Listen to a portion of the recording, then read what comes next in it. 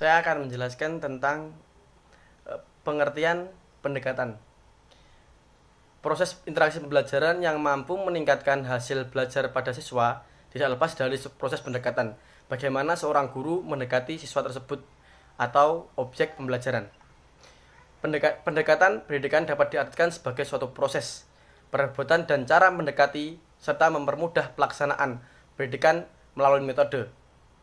Dilihat dari pendekatannya, pembelajaran ada dua jenis, yaitu pendekatan pembelajaran yang berorientasi pada siswa, di mana siswa dituntut untuk berperan aktif dalam pembelajaran. Dan yang kedua, pendekatan pembelajaran yang berorientasi pada guru, di mana guru di sini sebagai subjek utama dalam pembelajaran. Fungsi-fungsi pendekatan antara lain adalah sebagai pedoman umum dalam menyusun langkah-langkah metode pembelajaran yang akan digunakan. Dan yang kedua, memberikan garis-garis rujukan untuk perancangan pembelajaran.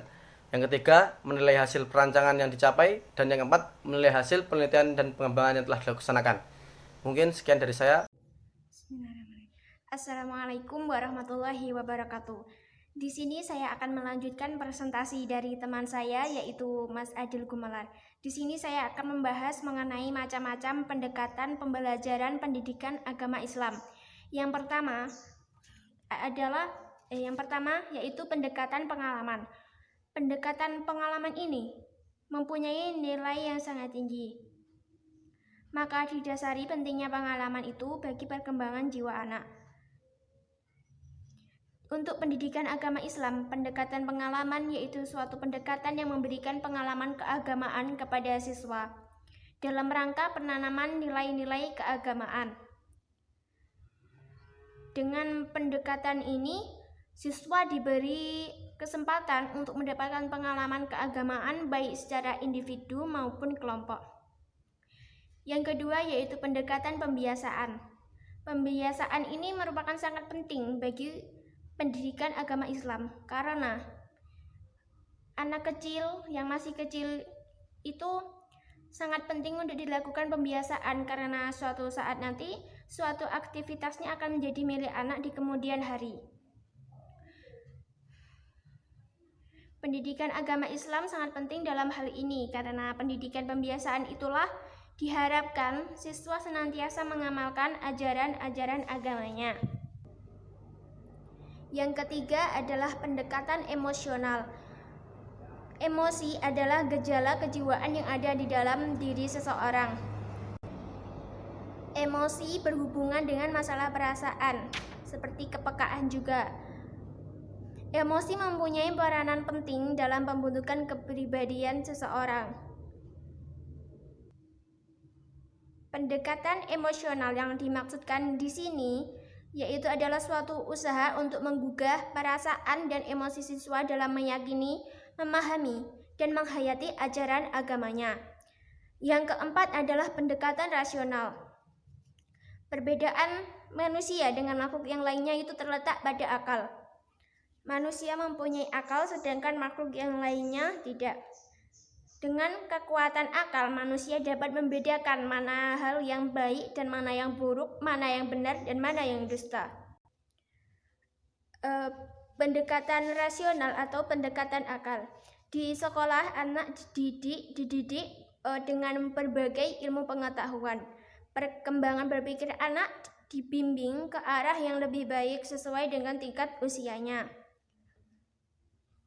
Usaha terpenting bagi guru adalah bagaimana memberikan peranan kepada akal atau rasio dalam memahami dan menerima kebenaran ajaran agama, termasuk mencoba memahami hikmah dari fungsi ajaran agama.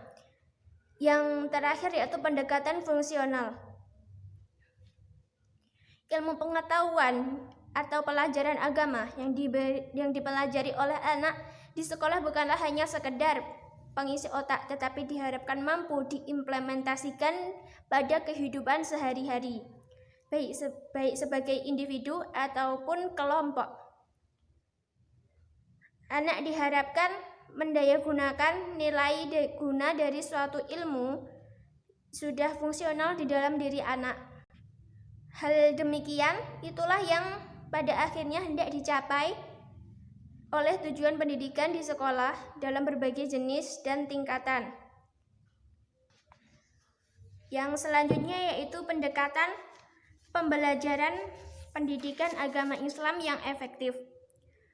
Untuk mencapai pendekatan pembelajaran PAI yang efektif, itu diperlukan memperhatikan hal-hal sebagai berikut ini. Yang pertama adalah identifikasi tujuan.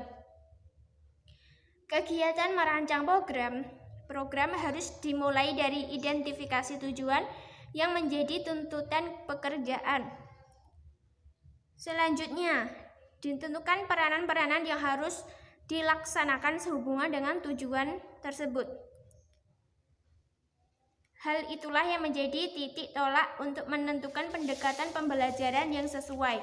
Yang kedua yaitu analisis tujuan. Tujuan-tujuan yang telah ditetapkan secara dimensional dijabarkan menjadi seperangkat tujuan-tujuan yang lebih spesifik. Setiap dimensi tujuan dijabarkan sedemikian rupa sehingga mencerminkan segala sesuatu yang harus dicapai. Hal ini akan lebih memudahkan kita dalam menentukan pemilihan pendekatan pembelajaran yang sesuai. Yang ketiga yaitu penetapan tujuan. Setiap tujuan hendaknya didasari pada kriteria kognitif, afektif, dan psikomotorik. Dengan penetapan tujuan, maka selanjutnya akan diikuti untuk penetapan pendekatan. Yang keempat yaitu spesifikasi pengetahuan, keterampilan, dan sikap. Agar tidak terjadi tumpang tindih pendekatan antara satu materi dengan yang lain, maka kompetensi yang ditetapkan diperinci menjadi pengetahuan apa, sikap-sikap apa, dan keterampilan-keterampilan apa yang perlu dimiliki oleh setiap peserta didik. Yang kelima yaitu identifikasi kebutuhan pendidikan dan latihan. Ada perbedaan pendekatan antara pembelajaran yang bersifat teoristis dan bersifat praktis. Untuk itu diperlukan analisis kebutuhan pendidikan dan latihan. Artinya, jenis-jenis pendidikan atau latihan-latihan yang sewajarnya disediakan dalam rangka mengembangkan kemampuan-kemampuan yang telah ditetapkan seperti kegiatan teoritis maupun yang praktis. Yang terakhir yaitu evaluasi. Kriteria penentuan jenis evaluasi sebagai indikator keberhasilan program akan menentukan penggunaan pendekatan dalam pembelajaran. Dalam penentuan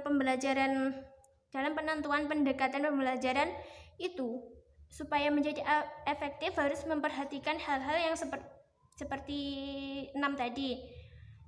Seperti kita mengetahui keterampilan, sikap, pengetahuan setiap peserta didik juga. Sekian presentasi dari kelompok kami. Wassalamualaikum warahmatullahi wabarakatuh.